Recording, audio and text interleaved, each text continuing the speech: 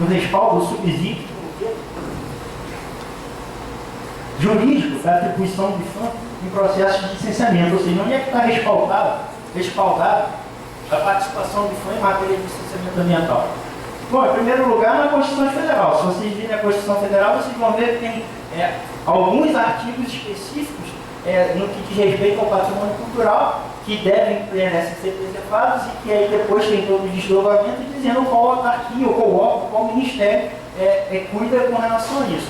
As leis que eu acabei de citar, no ponto de vista do licenciamento federal, e aí eu faço um parêntese aqui, é exclusivamente federal. Nós temos uma portaria interministerial. Vejam, novamente, o exemplo do posicionamento federativo e a necessidade da gente construir a rede para que isso possa se perpetuar nas outras instâncias. Do ponto de vista federal, isso é tão pacífico, isso está tão pacificado, se preferirem, que os ministros todos envolvidos assinaram uma portaria, ou seja, ministro Isabela, ministro Juca, e na época da Justiça, eu acho que ainda era o Cardoso, etc., assinaram uma portaria disciplinando a conversa, ou seja, a tramitação procedimental entre os órgãos federais envolvidos no licenciamento. Ou seja, o IBAMA, como condutor e responsável pelo licenciamento ambiental, assim como os diversos órgãos estaduais e municipais, é indiscutível aqui que a competência para licenciar é do órgão ambiental, de forma alguma eu estou colocando isso aqui em xeque ou em questão. O IBAMA, entretanto, o IBAMA, através dessa portaria interministerial, está dito todos os ritos, quando ele tem que consultar o IFAM, quando ele tem que consultar a FUNAI, quando tem que consultar a Palmares, ou seja, de modo que dificilmente, eu não vou falar nunca porque é aquela coisa, nunca cai na testa, mas dificilmente o IBAMA vai ser questionado pela não observância dos órgãos intervenientes. Ele pode ser questionado por outras esferas, como essa observância ocorreu, se ela ocorreu no momento adequado, se ela ocorreu do ponto de vista técnico da maneira como deveria ter sido consultado, se os órgãos intervenientes que deveriam participar do processo de licenciamento, por sua vez, obedeceram aos critérios também classificados na legislação de consulta à população e às comunidades afetadas. Isso sim, mas dificilmente o IBAMA vai ser oficiado ou se vai ajuizar alguma ação civil pública contra o IBAMA por ele não ter consultado o IFAM, por ele não ter consultado o FUNAI, por ele não ter consultado a Palmares. Eu lhe asseguro, eu coordeno atualmente a parte de licenciamento do IFAM em Brasília. Nós licenciamos todos os empreendimentos que o IBAMA licencia, absolutamente todos. A estrutura regimental do IFAM, que também, do ponto de vista interno, dá o arcabouço normativo para a nossa atuação, o regimento, as portarias, e aí são portarias que dizem respeito especificamente à autorização de pesquisa arqueológica, porque, como eu mostrei ali anteriormente,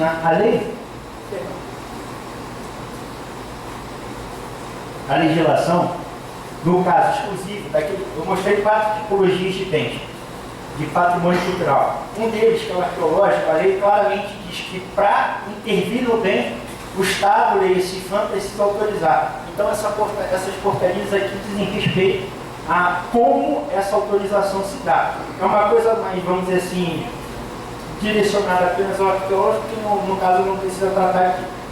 A instrução normativa, que diz exatamente como funciona o IFAM em processo de licenciamento, os documentos técnicos da superintendência e de resoluções CONAMA.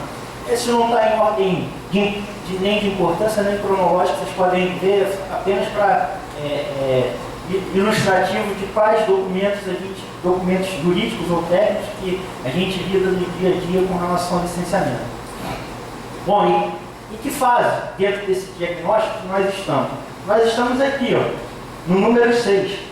E é exatamente por isso que eu estou aqui em Roraima, exatamente por isso que alguns meses atrás eu estive em Manaus, salvo engano, daqui a 20 dias eu estarei no Acre.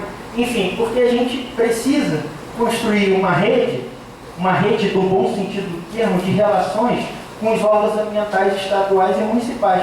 Aí você fala, mas por que há interesse no IFAM em fazer isso? Há total interesse no IFAM em fazer isso por alguns motivos. O primeiro deles é, quando o empreendimento é embargado, seja por que natureza for, ou, sobretudo, quando o Ministério Público a exumação civil e o empreendimento sofre embargo, a mesma pressão política que recai sobre os órgãos licenciadores a respeito do empreendimento, automaticamente se volta para o IFAM. O que isso quer dizer? Bom, vamos supor, título de exemplo, tá? Que o órgão ambiental do Acre emite uma licença de instalação, por exemplo, de uma usina nuclear em uma determinada região lá no Acre. Ok. Ele emitiu a licença de instalação, a licença prévia, a licença de instalação, não consultou o IFAM, não consultou ninguém, e aí o pessoal toma e ia tocar a obra.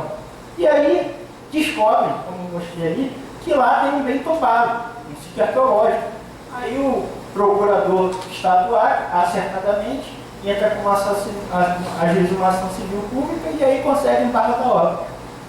Automaticamente, o que acontece? O órgão ambiental, evidentemente, vão se apurar os fatos, mas o que politicamente decorre disso é que o IFAM parou a obra. O IFAM embargou o empreendimento.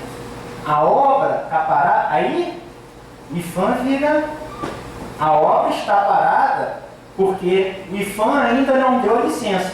Ninguém diz que a obra está parada porque o processo de licenciamento, desde o seu nascedouro, não foi observado e os órgãos competentes não foram consultados. É o que eu digo. Em matéria de licenciamento, e aí quem está aqui da área ambiental sabe muito melhor do que eu, existem alguns pilares. E aí, do ponto de vista da principiologia, os princípios são mais importantes até do que as próprias normas.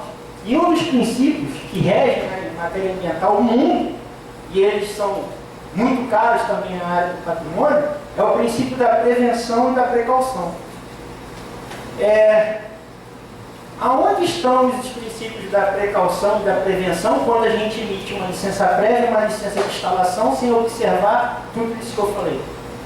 Eles não existem, eles foram ditados pelo espaço. Então, por que o IFAM tem interesse nisso? É óbvio que o IFAM tem interesse nisso, porque senão a gente vai ter o licenciamento como, ao invés de ser uma ferramenta preditiva, ou seja, uma ferramenta prévia de tomada de decisão, a gente vai transformar o licenciamento em algo reativo.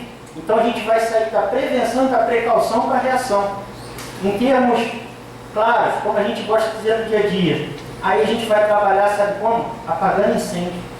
Ou seja, o licenciamento está correndo, a obra está parando. Pum! Pressão nos órgãos ambientais, porque o órgão está com licenciamento parado, o Ministério Público acertadamente entra com uma ação por conta do descumprimento do rito, o órgão do patrimônio, ou a FUNAI, ou a Palmares, ficam numa saia justa porque são convocadas a participar do licenciamento totalmente fora do time, eu repito, e aí a gente tem a subversão da lógica do princípio do licenciamento, que ao invés de ser prevenção e precaução, passa a ser reação. E quem perde? Todos.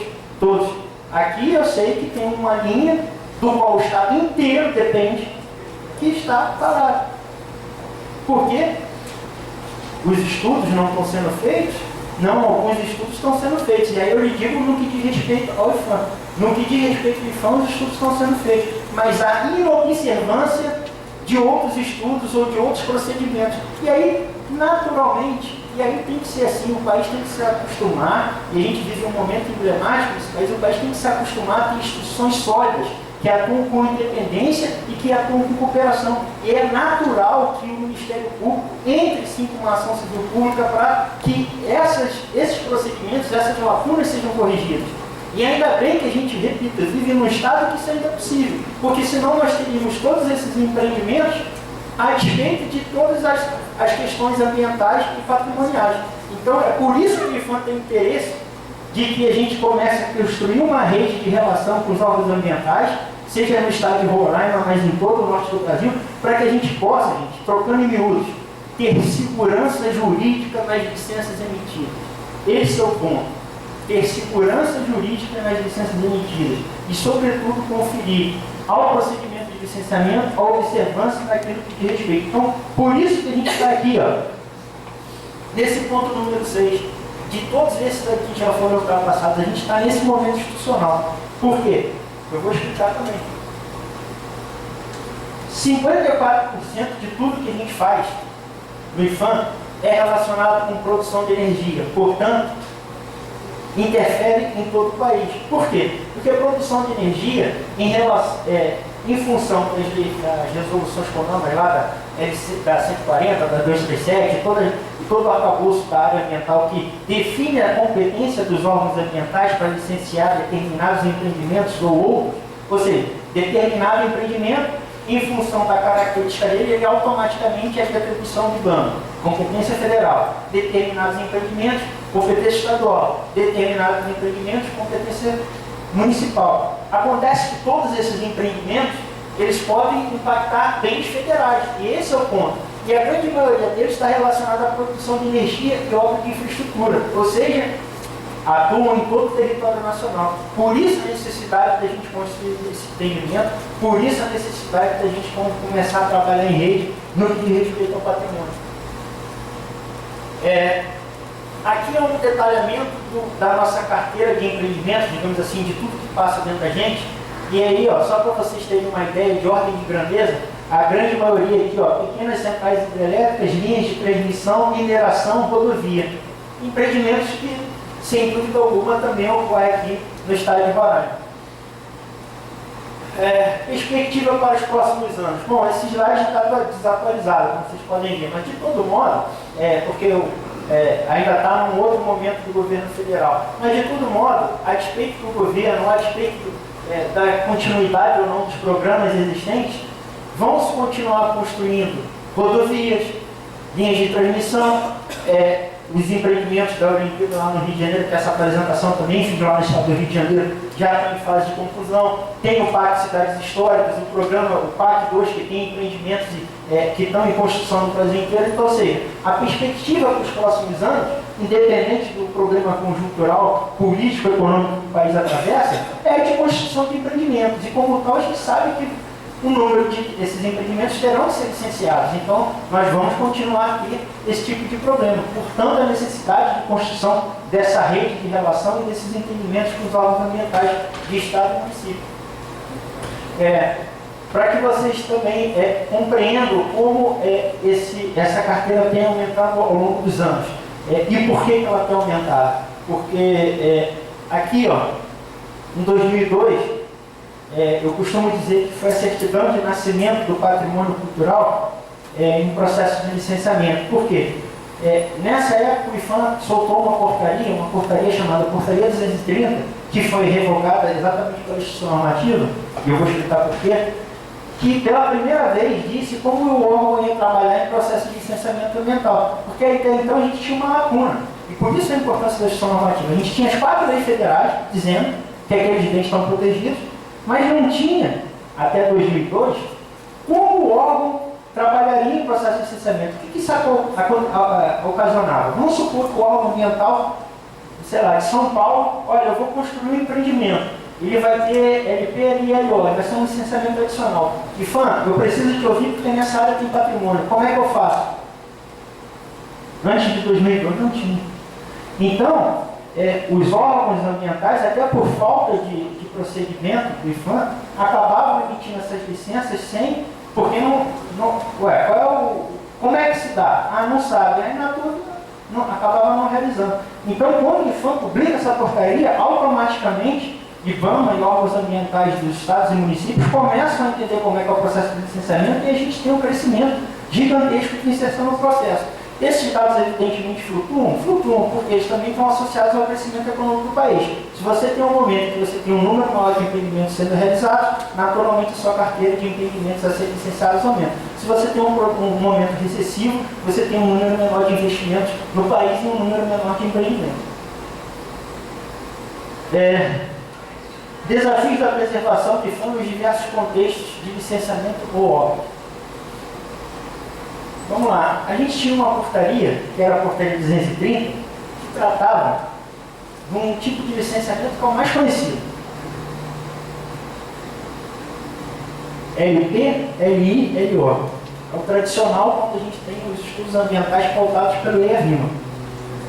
Tudo bem, mas a gente sabe também que nem todos os empreendimentos são licenciados dessa maneira. Nem todos os empreendimentos passam por LP, LI e LO. Alguns têm licenciamento simplificado, alguns têm LP e LI juntas e LO depois. Uns passam apenas por um raio, outros passam de rive, enfim. A gente tem uma série de instrumentos que não apenas o LP, LILO. E aí qual é o problema disso? Por que eu estou falando isso? Porque isso aqui, que é uma obra da usina, uma obra gigantesca, que eu tive lá com essa foto do nosso diretor. Eu tive em todas essas obras que eu vou apresentar, eu estive nelas.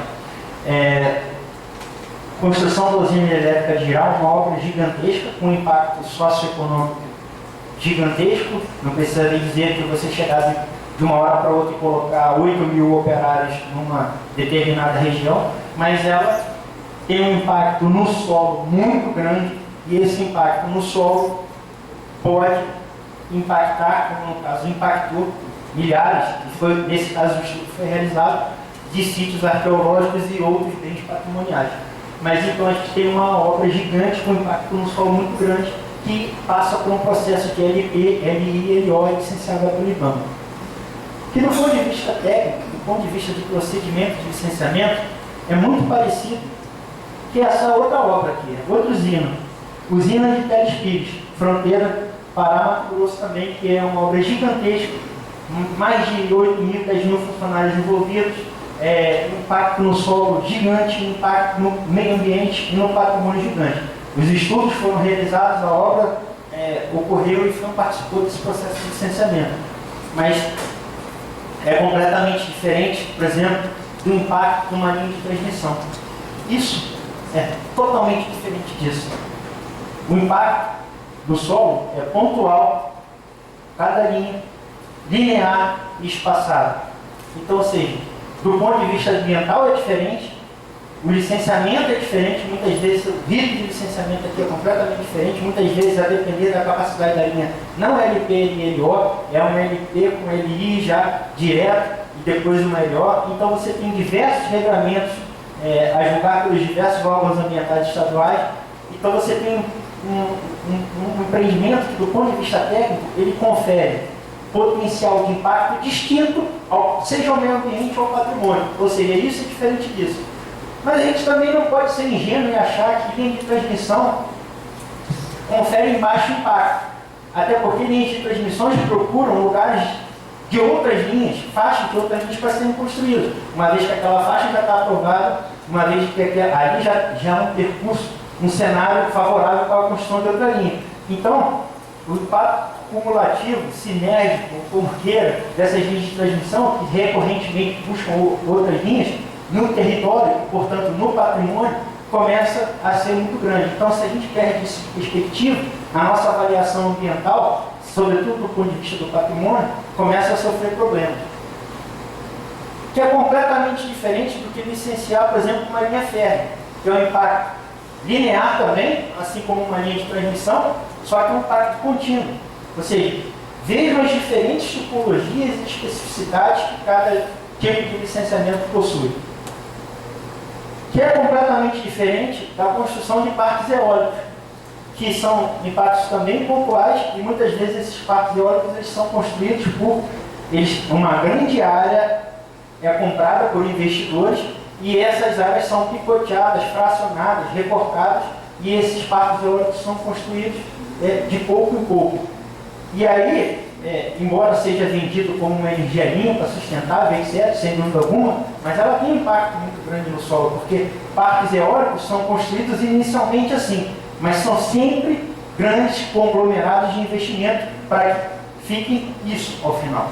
Ou seja, do ponto de vista ambiental, do ponto de vista do impacto ao patrimônio, do ponto de vista do meio ambiente, a gente não pode minimizar achando que essa energia limpa, que sem dúvida é limpa, ela não tem consequências do ponto de vista ambiental e do ponto de vista patrimonial. É óbvio que tem consequências.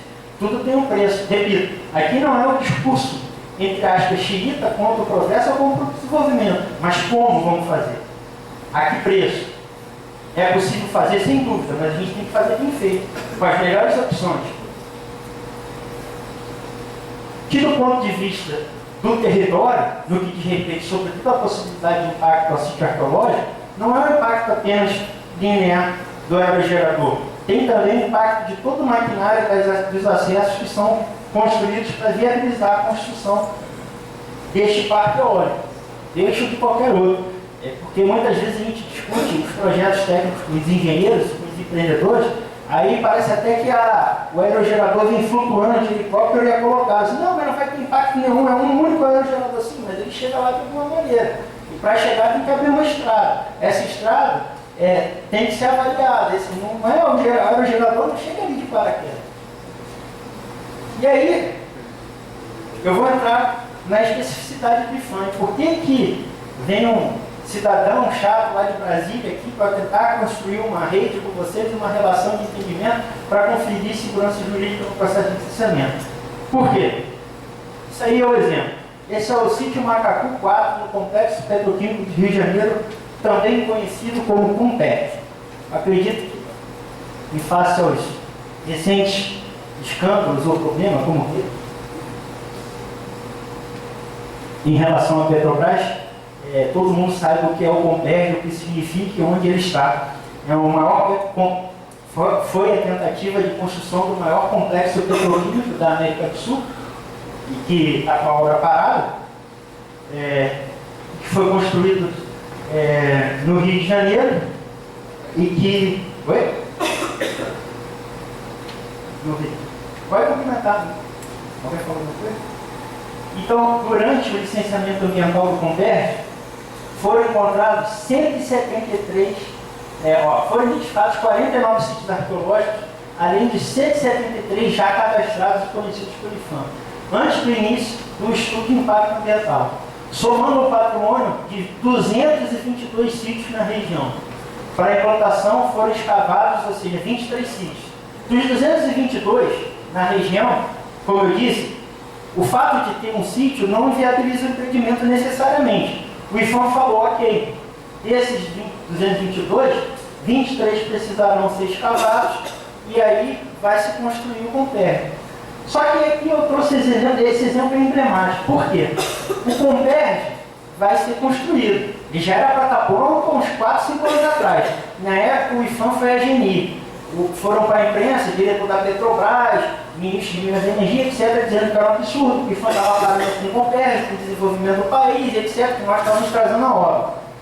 Nossa parte foi feita e a obra não está concluída até hoje. O resto da história todo mundo está vendo nos jornais.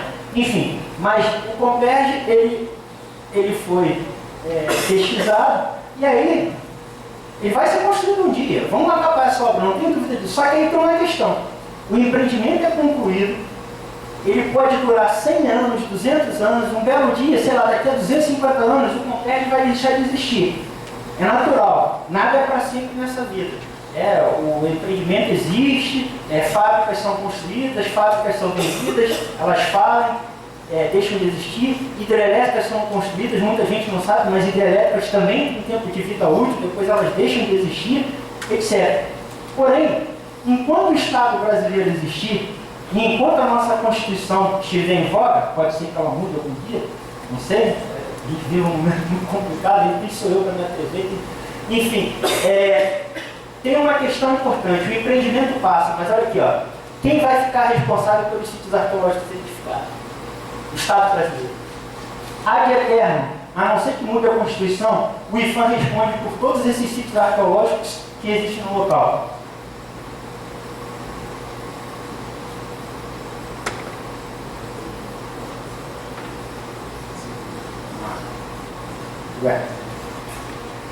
Foi. Ad eterno, nós respondemos por isso. Ou seja, o COMPET pode deixar de existir, o sítio arqueológico continua. Vamos trazer um exemplo mais simples. Vamos supor que se construa aqui em Roraima uma termoelétrica. E aí, essa planta inicial dessa termoelétrica, ela é projetada e aí, ao se construir essa termoelétrica, no processo de licenciamento dessa termoelétrica, se identifiquem, sei lá, 100 sítios arqueológicos. Aí o IFAM falou, ok, a gente autoriza o resgate dos 100, vamos supor, o IFAM autorizou o resgate dos 100, sobrou um que não deu para resgatar, e esse um vai ficar numa área que o projeto fechou ali de preservação. Ok, o empreendimento ocorre, se constrói a termoelétrica, ela dura 100, 150 anos, mas o resto da vida, o IFAM, ou seja, o Estado brasileiro, o contribuinte, o cidadão, responde por isso aqui. Ou seja, ad eterno, nossos colegas do Ministério Público vão mandar cartinha lá para o IFAM perguntando como é que está o estado disso aqui, o que ele for ter feito para cuidar disso aqui, como é que está o cuidado disso aqui. Ou seja, o licenciamento passa, o impedimento passa. O patrimônio cultural não, o patrimônio cultural fica. O patrimônio tem que ser preservado. E por que eu estou dizendo isso? Porque absurdos acontecem, minha gente. O Comperj foi projetado, a planta principal dele, em cima disso. Em cima disso. Te deixa ao final agora. Pergunta. Então, quando a gente começou o processo de licenciamento do Comperj, foi o seguinte: o IFAM teve que embargar a obra do Comperj. A obra do Comperj começou e, senhores, isso não é um sítio difícil de identificar, vamos combinar. Mas, pois bem, a planta industrial do Comperj era em cima disso. Então, o IFAM embargou a obra, teve um processo judicial, evidentemente, porque o órgão ambiental, à época, e o licenciamento era fracionado, emitiu uma licença de instalação para uma planta que impactava um bem tombado. Repito, bem tombado, esse só deixa de ser destombado se o presidente da República assim o fizer. E como eu disse, só existe na história um caso na época de Getúlio Vargas. Então, por que a gente tem o interesse de construir essa rede? Por quê? Do ponto de vista político, do ponto de vista da sociedade, do ponto de vista midiático, quem pagou a conta? Juro. Capa do Globo. IFAM paralisa a obra do Comperj. IFAM embarga a obra, não sei o quê. IFAM paralisa. IFAM atrasa investimentos na zona do Rio de Janeiro. IFAM atrasa... Ué, IFAM? Pergunta. IFAM é causa ou é consequência? IFAM não é causa. IFAM é consequência. Consequência de um processo de licenciamento que, se tivesse consultado minimamente... Isso aqui, 2 trocas de ofício resolve. Se o empreendedor e o órgão ambiental tivessem consultado o IFAM a respeito dos bens existentes na área do empreendimento, a resposta estava sido dada e esse imbróglio jurídico não teria acontecido. Então é exatamente por isso que a gente entende a necessidade de não só da observância dos procedimentos do IFAM, mas de um diálogo mais estreito com os órgãos envolvidos no licenciamento. Um outro exemplo que eu trago aqui para a apreciação de vocês. Isso aqui é a obra do Porto Maravilha. Para quem não sabe, o Rio de Janeiro é um verdadeiro canteiro de obras por conta da Olimpíada. É o maior projeto como é que chama? Isso, urbana, desde a época do Pereira Passos. E aí estão construindo VLT, Porto Maravilha, enfim, todos aqueles equipamentos urbanos para a Olimpíada. Só que grande parte dessas obras, elas estão ocorrendo onde foi a fundação da cidade. Então, evidentemente, se encontrou o calçamento original do período do Império. E aí, o que acontece?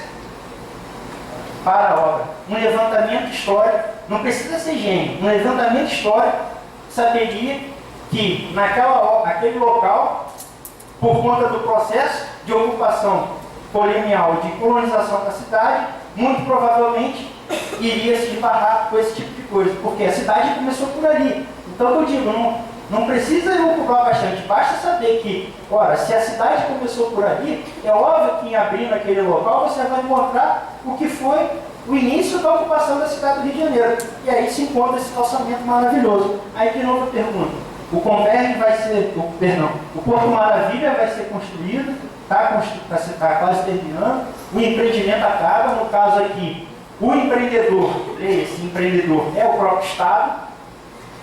E aí, quem fica responsável depois de tudo pronto? Acabou a Olimpíada, Comperj show, Brasil competiu, todo mundo vindo, voltado, cada um para o seu país, ótimo. Quem fica responsável por aí? IFAM. Daqui a 10 anos, sua amiga Zane Cajueira, lá do Ministério Público, vai mandar cartinha para o IFAM perguntando como é que está a preservação disso aqui, como é que isso aqui. O Ministério Público vai oficiar o IFAM, o que vocês estão fazendo para preservar isso aqui? Porque isso aqui é um bem da União, isso aqui é patrimônio cultural. Então, ad eterno, o IFAM, o Estado responde sobre esse tipo de coisa. O empreendimento passa, isso aqui fica. E não só fica, como pode trazer questões absolutamente fantásticas. Para quem não sabe também, esse exemplo foi capa de todos os jornais semana passada, viu? Se alguém colocar na internet aí, tiver com o celular aí, botar no Google, bota Cais do Valongo, Rio de Janeiro. Esse local é o local de maior importância da diáspora africana na América do Sul. Está sendo indicado este ano para a Unesco como Patrimônio Cultural da Humanidade. Não apenas patrimônio brasileiro, patrimônio cultural da humanidade. Tamanha relevância disso. Aqui chegavam todos os africanos que vinham para o Brasil. E isso foi descoberto através do processo de licenciamento e que o IPHAN exigiu a pesquisa e a avaliação de impacto ao patrimônio, porque é preciso desfazer um outro mito também, que é o seguinte, aí eu peço particular atenção no que eu vou falar agora. Patrimônio cultural não é óbvio da seguinte forma: olha, ok, entendemos, isso tudo é importante, o IPHAN é importante, o patrimônio é maravilhoso. Manda a lista dos bens que está resolvido. Não está resolvido. Por quê? E é assim no mundo todo, viu, gente?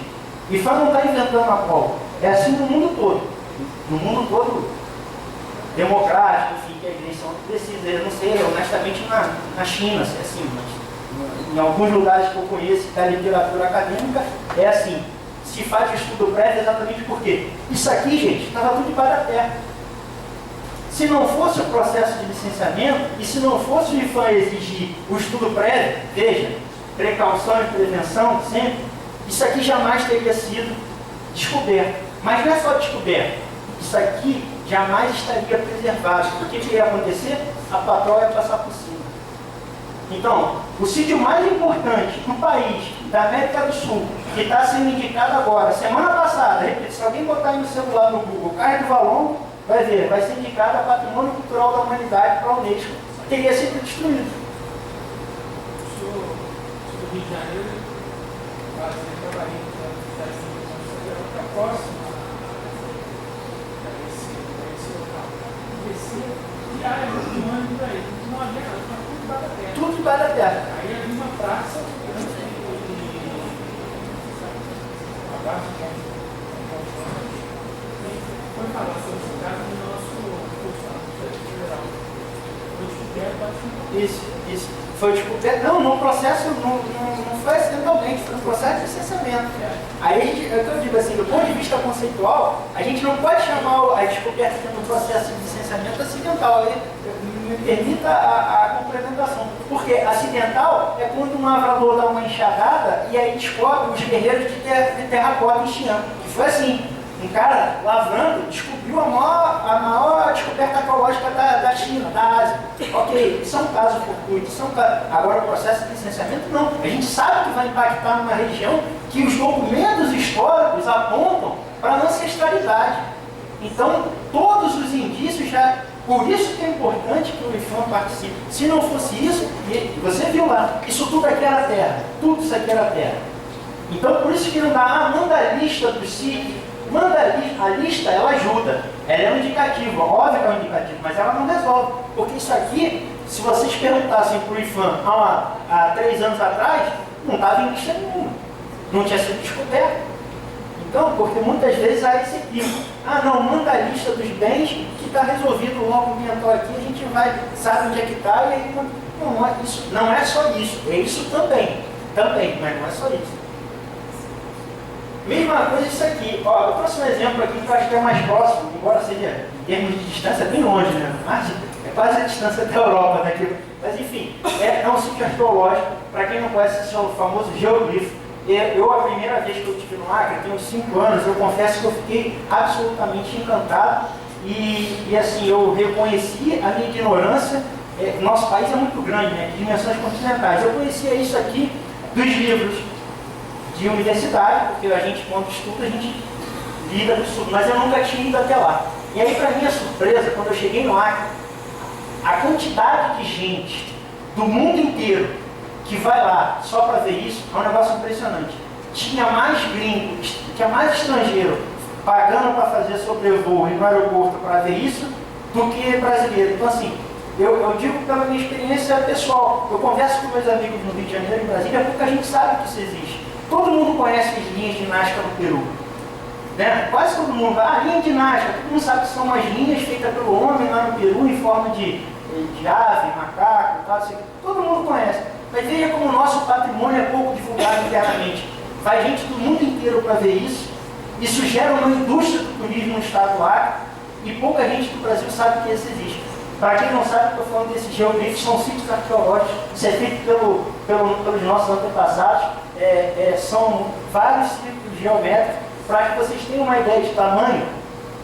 Cadê? Tem uma casa na foto. Isso está tirado do alto, é gigantesco e é lindo. São sítios todos preservados, inclusive hoje em dia há uma instrução de processo de tombamento de um grupo de sítios. Enfim, é lindo demais, é fantástico. E o Acre tem isso como um dos seus símbolos, tá? Veja bem, o estado do Acre adotou esse geoglifo como um dos seus maiores símbolos. Mas olha o que acontece.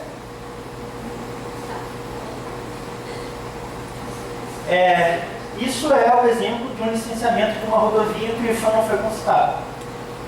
Rasgaram um geoglifo no meio. Ali, ó. Para quem não está conseguindo identificar, ele está aqui, ó. Não precisa ser engenheiro, não precisa ser gestor do ambiental, não precisa ser técnico, basta ser cidadão que você fique, no mínimo, indignado, triste com uma situação dessa. Por quê? Uma rodovia perfeitamente podia vir aqui e depois fazer essa curva. Para isso serve o processo de licenciamento, para tomada de decisão e discussão de projeto. Agora, depois que está feito, aí você vai falar, mas aí vamos lá. Aí é aquela história, eu lembro muito daquele lema do Exército, braço forte e mão amiga. Aí assim, o lado mão amiga do IFAM e do Ministério Público desaparece e aí entra um TAC, uma ação judicial, etc. Tal. Maravilha, maravilha nada. Ainda que se pague não sei quantos milhões, como a gente tem casos de empreendedores que tiveram que pagar até 7, 8, 12 milhões de compensação por destruição de sítio arqueológico. Tem um caso da Vale aqui no Maranhão, o último. A Vale arrebentou, literalmente passou a patrol por cima de 7 sítios arqueológicos, o TAC foi de 12 milhões de reais. Aí você fala, pagou 12 milhões de reais, resolveu? Isso aqui não tem preço, gente. Isso aqui não tem dinheiro, você paga, e aí? E o bem? O patrimônio? Patrimônio cultural, ele é insubstituível. Você valora e você aplica multa para você não incentivar a perpetuação de uma medida, de um modus operandi criminoso. Porque, desculpa, isso aqui para mim é crime, inclusive tipificado na lei de crimes ambientais. Mas o bem, propriamente dito, você não traz de volta. Você não traz de volta, você não recupera. Então, por isso que a gente fala aqui, se a gente não inverter a lógica do licenciamento para prevenção e precaução, ou seja, tomada de decisão e discussão de projetos, é perfeitamente possível fazer. É perfeitamente possível fazê-lo, desde que haja duas coisas. Aliás, 3. Interesse político, boa vontade e disponibilidade de conversar e reconhecer que os órgãos têm que trabalhar em cooperação. Não existe instituição única. Ninguém vai achar que uma determinada autarquia ou um determinado ministério vai dar conta de toda a complexidade que envolve o licenciamento. O licenciamento, por si só, já é um procedimento complexo, muito complexo, que envolve vários atores, vários cenários, vários especialistas. Achar que um único ente federativo pode resolver? Não pode. Detalhe. Acho que o raciocínio tem que ser justamente o oposto. É muito mais seguro, do ponto de vista jurídico, do ponto de vista qualitativo, uma licença em que vários atores participam, vários atores opinam e ainda assim a licença sai e ela não é questionada. Porque licença boa, eu acho que a nossa aferição, eu digo isso no IFAM, a nossa aferição de qualidade não é licença manifesta. Não me interessa se eu meti para o IBAMA em 2015 300 anuências para licença. Me interessa saber quantas dessas licenças caíram por questionamento jurídico. 0. Então eu estou feliz. Significa que A minha equipe técnica trabalha muito bem. Isso é que é importante. Se você emitir licença para cair amanhã, você só está puxando, empurrando o abacaxi para a barriga. O que se afere qualidade dentro do FAM é quantas licenças nossas foram questionadas? 0. Quantas licenças foram questionadas no estado tal? 5. Caíram? Não caíram. A justificativa técnica foi aceita? Isso é que mede qualidade, de um ponto de vista. Emitir licença, você pode emitir licença, eu repito a lei.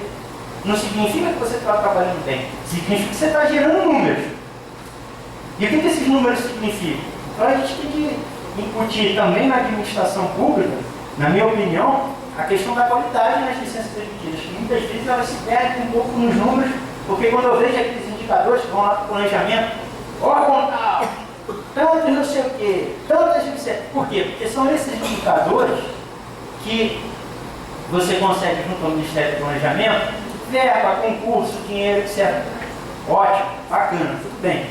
Mas esses indicadores, se eles não forem comparados, espelhados e olhados à luz da qualidade do que eles significam, eles geram. Estatística, me perdoe uma brincadeira aqui, a inscrição, estatística já dizia que é igual biquíni feminino, né? Mostra tudo, mas não mostra o que interessa. Então, assim, você tem que ter muito cuidado com estatística, porque muitas vezes ele está te tendenciando para o lado, não importa se você emitiu 300 licenças, se todas foram contestadas na justiça, significa que o teu órgão emite um procedimento técnico questionável. Então, essa aqui, como eu disse, a gente tinha uma portaria 230, que ela apresentava algumas fragilidades jurídicas e técnicas que nós reconhecemos e, por isso, a elaboração da Instituição Normativa 01. Eu vou resumir, porque eu já quero entrar na Instituição Normativa. A primeira delas é que ela tratava apenas da arqueologia, desconsiderava os outros bens culturais acautelados. Ou seja, aqueles 4 lá que eu comecei a palestra apresentando, a gente tinha um documento que, embora desse um norteador, ele fosse norteador, ele só falava de arqueologia. Então, por isso que, para a gente, ele passou também a estar obsoleto. Ele não fazia distinção entre as tipologias de empreendimento. Veja, nós conversamos que tem vários tipos de empreendimento, eu mostrei aqui várias tipologias, vários empreendedores, várias licenças, licença LP, LLO, RAS, RIV, LP com LI, várias são as tipologias de licenciamento, tem linha de transmissão que não é igual a hidrelétrica, mas a gente tinha um documento que não fazia distinção entre isso, aí acabava que engessava, porque nem todos os empreendimentos são LP e LO, e o nosso documento anterior dizia que era LP e LO, isso criava um problema, por isso que a gente publicamente está no país inteiro, vamos fazer assim, reconhecer não só a minha culpa que foi nesse coisa, mas mostrar que foi feito um trabalho ao longo de 2 anos, em conjunto com o IBAMA. Esqueci de dizer isso, isso é importante. A Instituição Normativa ela não caiu do céu, não. Foi feito um trabalho capitaneado pelo Ministério do Meio Ambiente, com o IBAMA, IFAM, Palmares e FUNAI.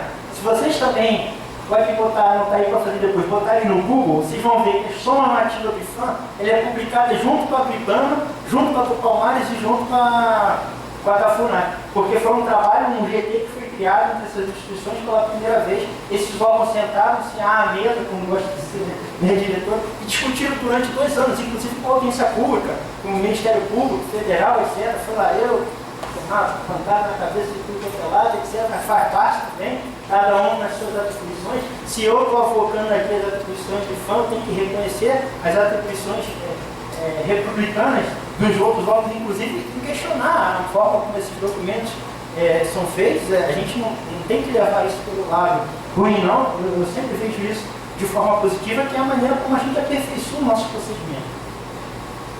E ela deixava quase exclusivamente a uma categoria profissional da questão de bens acautelados, que no caso a arqueologia, que era o reflexo da normativa.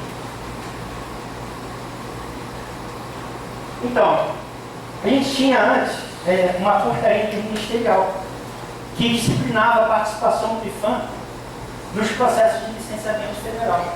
E essa portaria interministerial também foi trocada pela ação número 60 de 2015, também fruto do mesmo trabalho. Ou seja, quando os ministros de Meio Ambiente, Justiça e Cultura se juntaram para elaborar essa portaria interministerial, eles trocaram o procedimento anterior, que era a 211. E por que isso aqui foi feito? E aí eu estou colocando isso aqui não é para ilustrar não, é para dizer da especificidade constitucional do IFAM. E olha que a gente está falando apenas, o recorte, neste momento, o recorte é de procedimento entre as esferas federais. Porque, como eu disse, existem leis, essas leis precisam ser observadas, então, do ponto de vista dos órgãos federais, como aspas, de muitas aspas, é mais fácil, sentou todo mundo durante 2 anos discutindo se construiu um documento chamado Portaria Interministerial. Mas vejam que, do ponto de vista jurídico, há uma diferença conceitual muito grande entre o que está escrito em cima do papel do IFAM e o que está escrito embaixo. E aí, eu sempre faço questão de reconhecer o posicionamento da presidente do IFAM nessa época, que foi muito forte em defender o posicionamento da instituição no seguinte sentido: a presidente só aceitou discutir a instituição normativa e a racionalizar e elaborar o procedimento se esse texto de cima fosse trocado por de baixo, que eu vou explicar agora. Olha lá, vamos ler. O que cabe ao IFAM no antigo documento? A avaliação acerca da existência de bens acautelados identificados na área de influência direta da atividade, no empreendimento, bem como a apreciação da adequação das propostas apresentadas para o resgate. Ou seja, avaliou, identificou, resgatou. Não é? Mas existem casos que não dá para resgatar. Eu mostrei alguns aqui. Então, do ponto de vista conceitual, isso é muito diferente. Ó. O que cabe ao IFAM? Porque está assim a nossa atribuição, do ponto de vista da nossa atribuição institucional.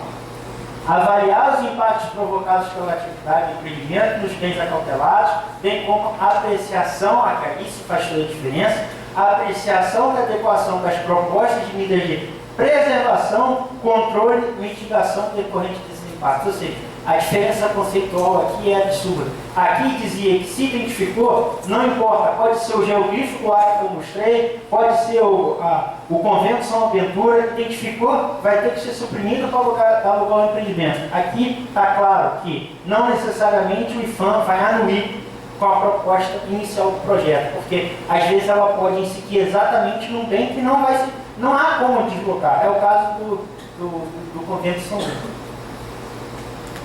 Bom, princípios da instituição normativa. E eu sei que aqui tem alguns colegas da área jurídica, eu acho bom colocá-los de forma muito clara para que a gente possa discutir a respeito disso. Primeiro, que é a amarração institucional do ponto de vista constitucional. O IFAM tem por missão promover e coordenar o processo de preservação do patrimônio cultural brasileiro para fortalecer a identidade, garantir o direito à memória e construir o desenvolvimento socioeconômico do país. Veja, já está no âmago do princípio e do que é o IFAM coadunar desenvolvimento com preservação. Nós não vemos isso como questões antagônicas. Muito pelo contrário, se bem trabalhadas, são questões que potencializam umas às outras. O IFAM deve emitir parecer para avaliação de impacto ao patrimônio cultural em processo de licenciamento ambiental relativo aos aspectos de localização, instalação, operação, ampliação e renovação de atividade e empreendimento. O bem cultural é de natureza finita e não renovável. Isso para a gente é quase que a Bíblia. Assim, você não adianta pagar um TAC de 10 milhões, você não reconstrói aquele geoglifo que foi cortado. Nada devolve o bem cultural de novo ao seu lugar. As escavações arqueológicas devem ser precedidas de uma detalhada avaliação do sítio. Os sítios arqueológicos não ameaçados, repito, não ameaçados, só deverão ser resgatados em casos excepcionais em prol da produção do conhecimento. Isso significa dizer que, se não vai haver interferência no sítio, o IFAM não vai pedir resgate dele. É possível coadunar preservação e desenvolvimento, desde que não haja impacto. E a preservação do patrimônio cultural ocorre necessariamente de forma seletiva, até porque isso é intimamente ligado ao conceito de patrimônio. Patrimônio é escolha, é seleção. Quando a gente diz que as ruínas das missões jesuíticas no Rio Grande do Sul é patrimônio cultural brasileiro, nós estamos escolhendo aquilo em detrimento de outro. Isso tem que ficar claro, ainda que seja implícito. Não há nada inerente ao patrimônio. O patrimônio é uma eleição, uma construção e é sobretudo um ato político. seja ele em qualquer instância, municipal, estadual ou federal. A escolha de um patrimônio há sempre por trás um processo de ressignificação e um processo de elegibilidade. Objetivos da gestão normativa: garantir a aplicação de procedimentos uniformes a serem adotados em todas as unidades. Não dá para a superintendência do Rio trabalhar de um jeito e de Roraima de outro. O IFAM é um só. Eu costumo brincar também, quando nessas minhas andanças pelo país, que eu digo, nós somos um órgão federal e não uma confederação de IFAMs. Uma confederação de IFAMs é outra coisa, isso é um órgão federal. Um órgão federal tem que ter o procedimento, dói a boca o chuí. Não dá para o Ministério Público questionar o IFAM no Rio Grande do Sul e a gente responder, não, aqui nesse estado a gente trabalha dessa maneira. Não dá. A gente precisa passar essa etapa para o serviço público também. Eu estou dizendo isso porque eu sei que durante muitos anos a gente tinha esses entendimentos. Na minha superintendência eu trabalho assim, no meu estado eu trabalho assim. Não é, a lei é a mesma coisa. Definir procedimentos para todos os tipos de licenciamento, seja eles, isso aqui é muito importante, conduzidos pelo IBAMA, estados ou municípios. Manifestação institucional sobre a existência ou não de impactos positivos ou negativos em bens culturais acautelados. Estabelecer procedimentos administrativos a serem observados pelo IFAM em processo de licenciamento ambiental em razão da existência de intervenção na área de influência direta do empreendimento. E aqui já tem um recorte muito claro, tá, gente? O IFAM só se miscui em licenciamento dentro da área de influência direta. Essas construções que existem na área ambiental e que a gente respeita, a área de influência indireta, ou área, não, para a gente é só a área de influência direta. A área de influência indireta, o IFAM não se miscui.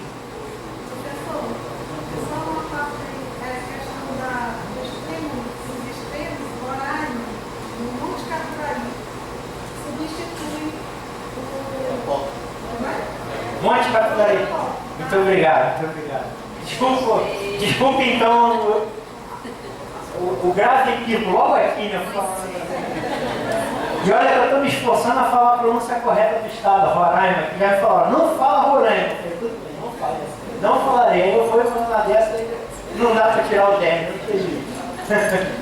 Então vamos lá. O que para ver se boa, para ver se o pessoal está prestando atenção, exatamente. Então o que a gente sai? Agora eu já estou no fechamento realmente para concluir. A gente sai de um documento que se referia a um licenciamento federal, que era a Portaria 230, que tratava exclusivamente de bens arqueológicos. Para um documento mais robusto, que ele vai tratar da nossa inserção em todos os tipos de licenciamento e vai tratar de todos os bens, ou seja, os bens acautelados, tombados, valorados e registrados, estabelecendo aquilo que a área ambiental já fez há muito tempo. E aí, o IFAM agora fez o seu dever de casa. Eu digo isso com a maior tranquilidade e o reconhecimento que a gente tem que fazer.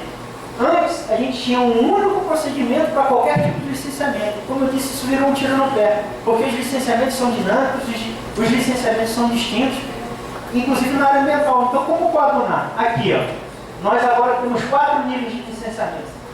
Um primeiro, que o empreendedor ou o órgão ambiental vai receber apenas um termo de compromisso. Ou seja, o cara vai assinar um documento dizendo que se por acaso ele impactar um bem ou foi identificado alguma coisa no transcorrer do licenciamento, ele vai notificar o órgão competente. Então ele assina um termo de compromisso e o licenciamento dele corre com apenas um único ato. Ou seja, uma troca de ofício entre o órgão ambiental e o IFAM automaticamente remite sua anuência para aquela tipologia de empreendimento. Uma segunda categoria, que é o nível 2, que o IFAM vai dizer, olha, ok, o licenciamento corre, entretanto o empreendedor, quando da construção do empreendimento, da fase de obra, na maioria dos casos da licença de instalação, ele vai ter que ter um profissional fazendo o acompanhamento arqueológico, porque caso encontre alguma coisa, esse profissional já vai automaticamente fazer o resgate. Isso também baseado em critérios técnicos e convergência de dados. O nível 3 é o nível clássico, é o famoso LP e LPO. Esse aí, o nível 3 são os empreendimentos pautados em RIMA, cujo nível de complexidade é tamanho que, mesmo o órgão ambiental, o licenciador, ele pede 3 fases de estudos, ou seja, LP e LPO. Então, para o nível 3, ele estabelece que para cada fase da licença, caso na primeira, o que pauta sempre é a primeira, o IFAM, os estudos identifiquem patrimônio na área. Porque Se no primeiro momento, na hora que o IPHAN demandou previamente os estudos, não houve a identificação de bens, o IPHAN poderá e deverá fazer um ofício para o órgão ambiental dizendo, olha, não foi identificado patrimônio cultural nessa região, portanto, o relatório que me foi apresentado atende e acabou a nossa participação no processo de licenciamento.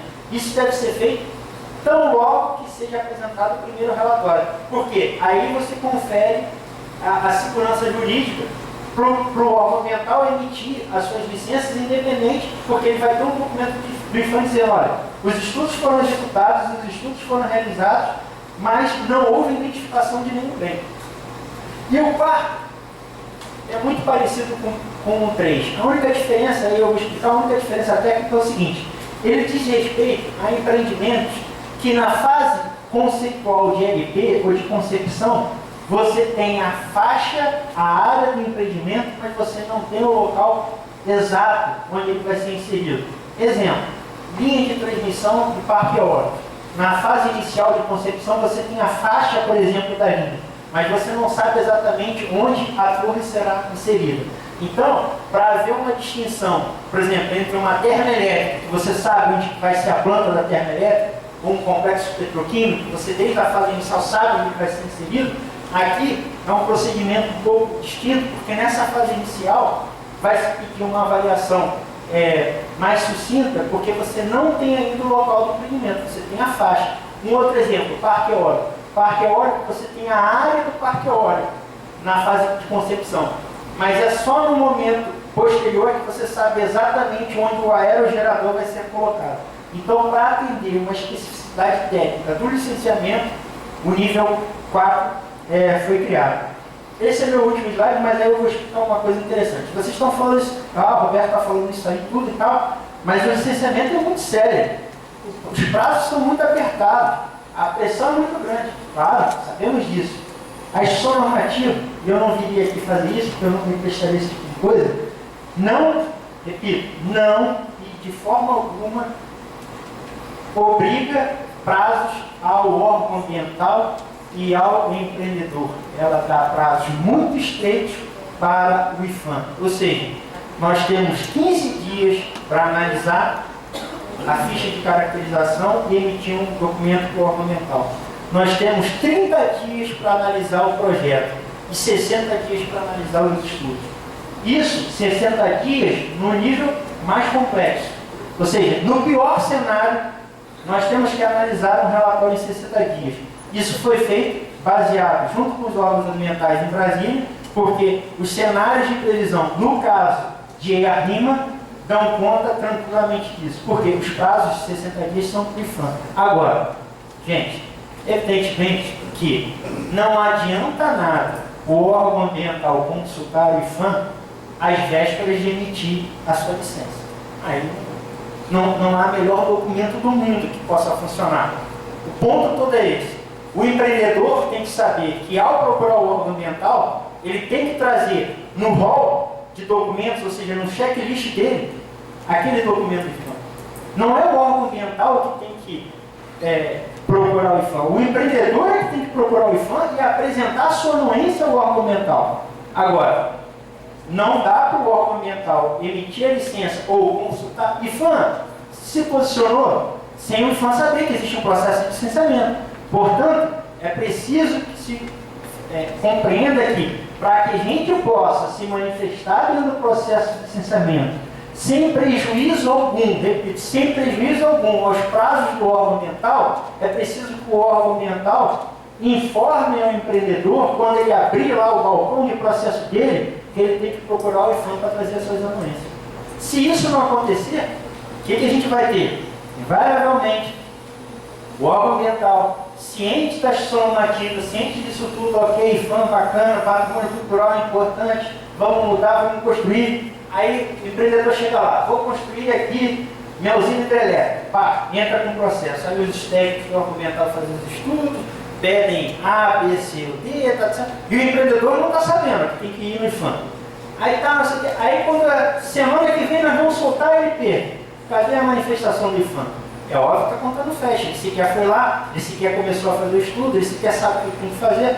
Então, a única coisa que a gente solicita para que isso dê certo, para que a gente possa conferir celeridade e segurança jurídica, possa trabalhar em parceria, é colocar no checklist de vocês, ou seja, quando um interessado qualquer vai ao balcão do órgão ambiental, ele saber que tem que procurar o IPHAN para preencher um negócio chamado ficha de caracterização de atividade, que vai dar para ele o rol de como tudo funciona. Se ele não souber disso, ele não vai ter como.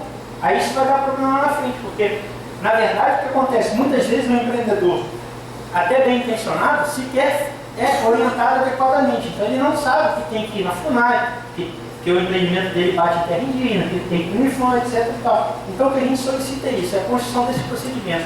O cara chegou no órgão ambiental, ele ser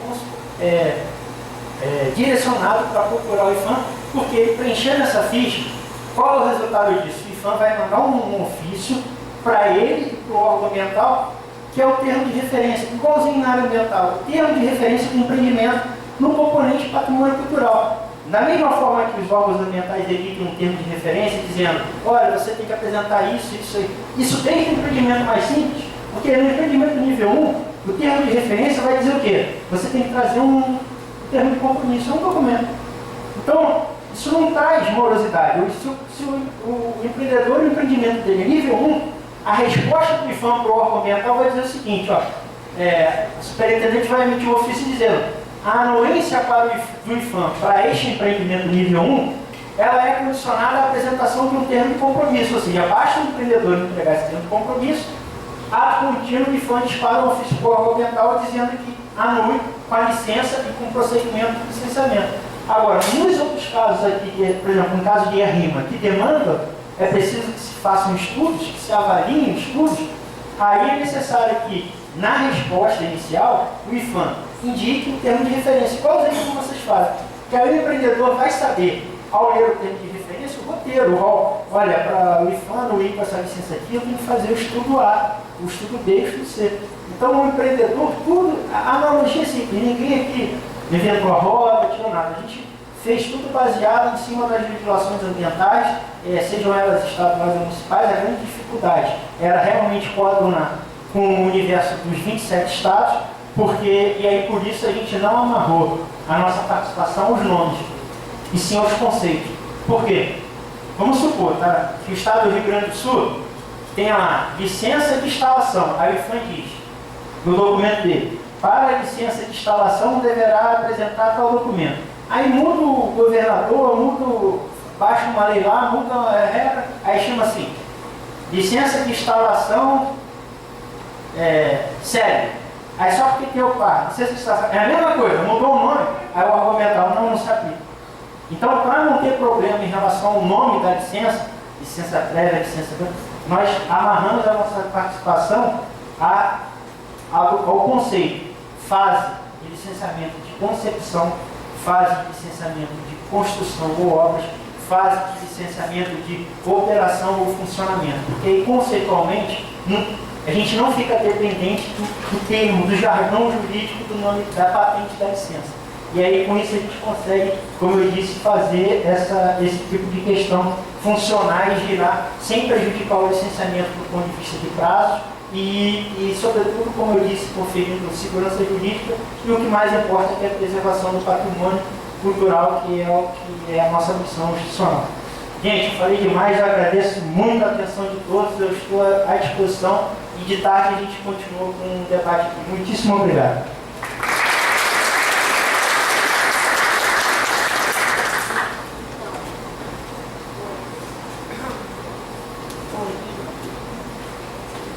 Oi. Então, nós agora abrimos para a parte dos debates, das perguntas. Nós pedimos apenas que as pessoas que forem fazer as perguntas, que aguardem o microfone chegar, que se identifiquem e digam a instituição que representam, pois essa reunião está sendo gravada. A gente informa também que temos água e café ali, tá? Está aberto agora as inscrições para as perguntas.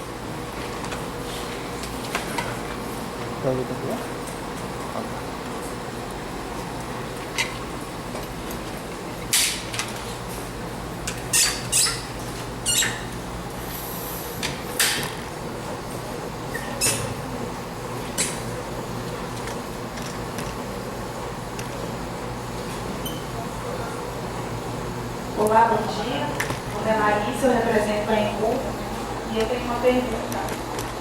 Primeiramente, eu quero informar, que eu sou bióloga.